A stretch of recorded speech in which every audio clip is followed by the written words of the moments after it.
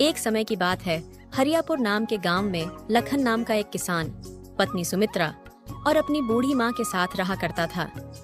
लखन की एक छोटी सी बेटी थी जिसका नाम राधा था।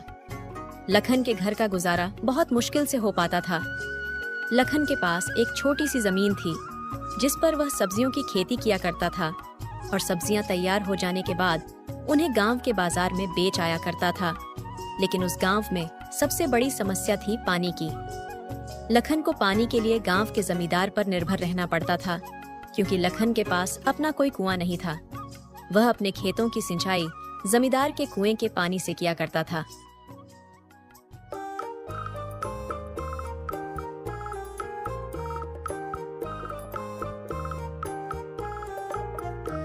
सब्जी ले लो, हरी भरी ताजी ताजी सब्जियां ले लो, केवल 20 रुपए किलो।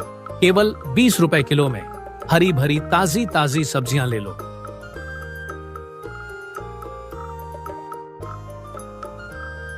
अरे लखन बेटा, कैसे हो? घर में सब ठीक तो है ना? और राधा बिटिया कैसी है?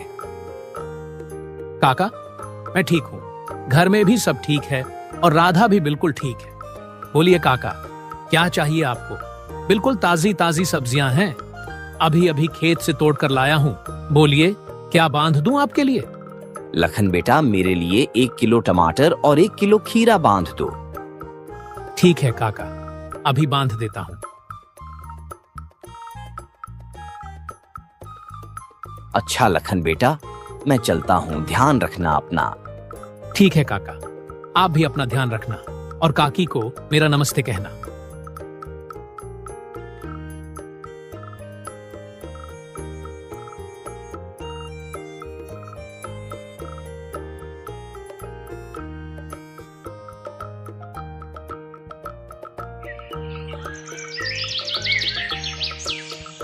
सुमित्रा, आज की सारी सब्जियां भी बिक गईं। यह लो, ये पैसे संभाल के रख देना। मैं सोच रहा हूँ इस बार खेती के लिए बाजार से अच्छी गुणवत्ता वाले खाद ले आऊं। इससे हमारी सब्जियों की पैदावार और अच्छी होगी। जी, ये तो बहुत ही अच्छा विचार है। जितनी अच्छी सब्जियां होगी उतना ज्यादा लोग हमारी सब्जियां खरीदना पसंद करेंगे।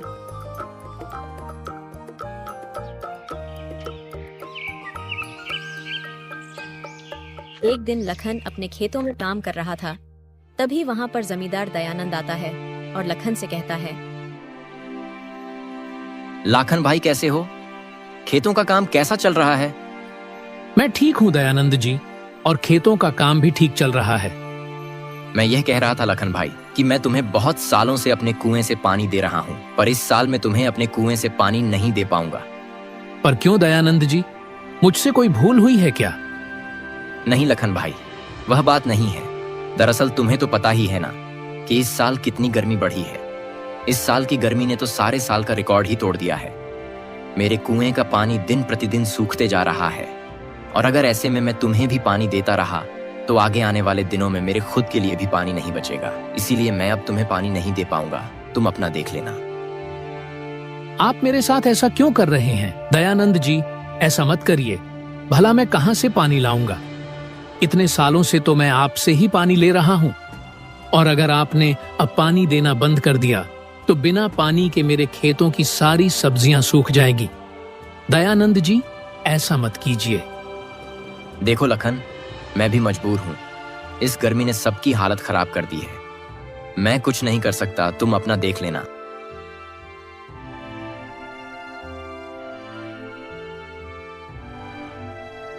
ये सुनकर लखन मन ही मन बहुत दुखी हो जाता है और घर जाकर सारी बात अपनी पत्नी को बताता है। ये क्या हो गया भाग्यवान? अब यह कौन सी नई विपदा आ पड़ी है? अब हमारे घर का गुजारा कैसे होगा? बिना पानी के हमारे खेतों की सिंचाई कैसी होगी? हे प्रभु, आप तो सब देख रहे हैं ना। अब आप ही कुछ हमारी मदद करो प्रभु, हम बड़ी दुविधा में हैं। लखन जी, आप चिंता मत कीजिए। एक बार मैं दयानंद जी से बात करके देखती हूँ। यह कहकर सुमित्रा जमींदार से मिलने उनके घर की ओर निकल पड़ती है।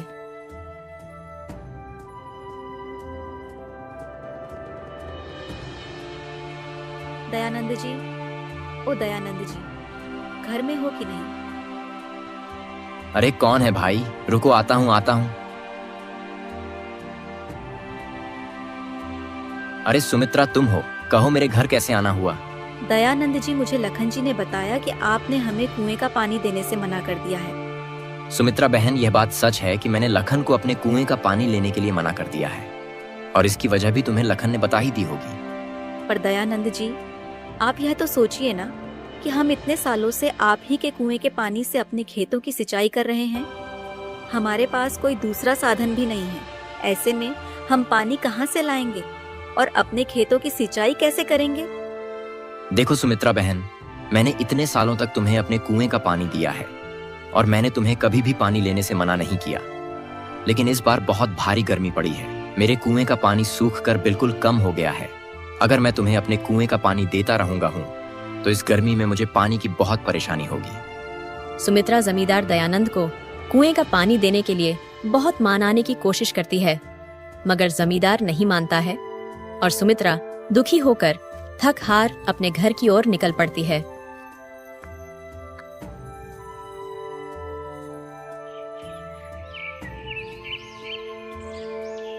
क्या हुआ सुमित्रा? जमादार जी ने क्या कहा? लखन जी, जमींदार जी ने पानी देने से मना कर दिया। वह कह रहे थे, अगर मैं तुम्हें पानी देता हूँ तो मुझे गर्मियों में बहुत परेशानी होगी। पानी के बिना क्या होगा भाग्यवान? हमारे सारे खेत तो सूख जाएंगे। दोनों पति पत्नी इस बात से बहुत दुखी थे। लखन को तो आज रात बिल्कुल नींद ही नहीं आ रही थी। वह बस अपने खेतों के बारे में ही सोच रहा था। सोचते सोचते लखन को एक विचार आता है। हमारे पास इतने पैसे तो नहीं है कि हम मजदूर से कुआं खुदवा सके, लेकिन मैं सोच रहा हूं अगर कुआं खोदने का काम मैं अकेले ही शुरू कर दूं तो? हाँ, यही ठीक रहेगा। अरे सुमित्रा, सुनती हो? क्या हुआ लखन जी? आप सोए नहीं अभी तक? सुमित्रा, मुझे एक विचार आया है। क्यों ना हम खुद से अपना कुआं खोदें? जी, विचार तो आपका बहुत अच्छा है, लेकिन अगर हम दोनों ही कुआं खोदेंगे तो इसमें हमें काफी दिन लग जाएंगे। हाँ सुमित्रा, वह तो है, लेकिन और कोई रास्ता भी तो नहीं है, और हमारे पास इतने पैसे भी नहीं है कि हम मजदूर से कुआं खुदवा सके। आप ठीक कहते हैं लखन जी, हम कल से ही कुआं खोदने के काम में जुट जाएंगे। चलिए, अभी आप सो जाइए।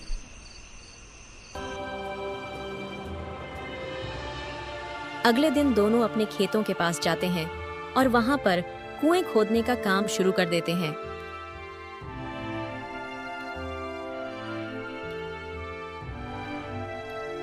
लखन जी, इस बार तो बहुत ज्यादा गर्मी पड़ी है। इतनी गर्मी में तो बहुत बुरा हाल हो रहा है। बार बार प्यास लग रही है।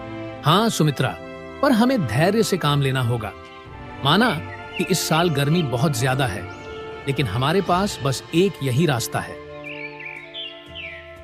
इतना कहकर दोनों फिर से कड़कती धूप में कुएं खोदने का काम शुरू कर देते हैं। 15 दिन की कड़ी मेहनत के बाद आखिरकार कुआं तैयार हो जाता है।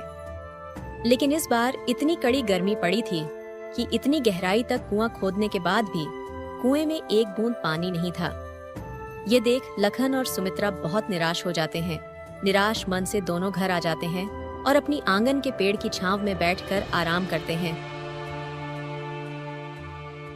हे भाग्यवान, इतनी मेहनत करने के बाद भी एक बूंद पानी नसीब नहीं हुआ।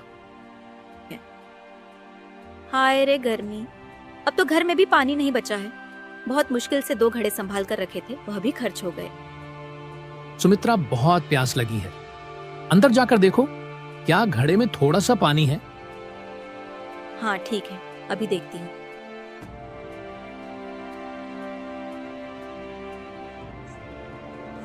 घर में बहुत थोड़ा सा ही पानी बचा था। सुमित्रा पानी का ग्लास लेकर बाहर आ जाती है।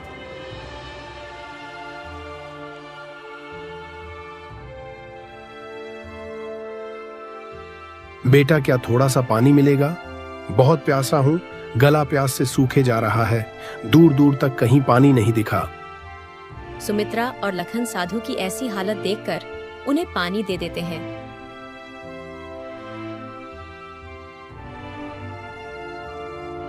मुझे माफ करना बाबा, हम गरीबों के पास इतना भी नहीं है कि पानी के साथ आपको कुछ मीठा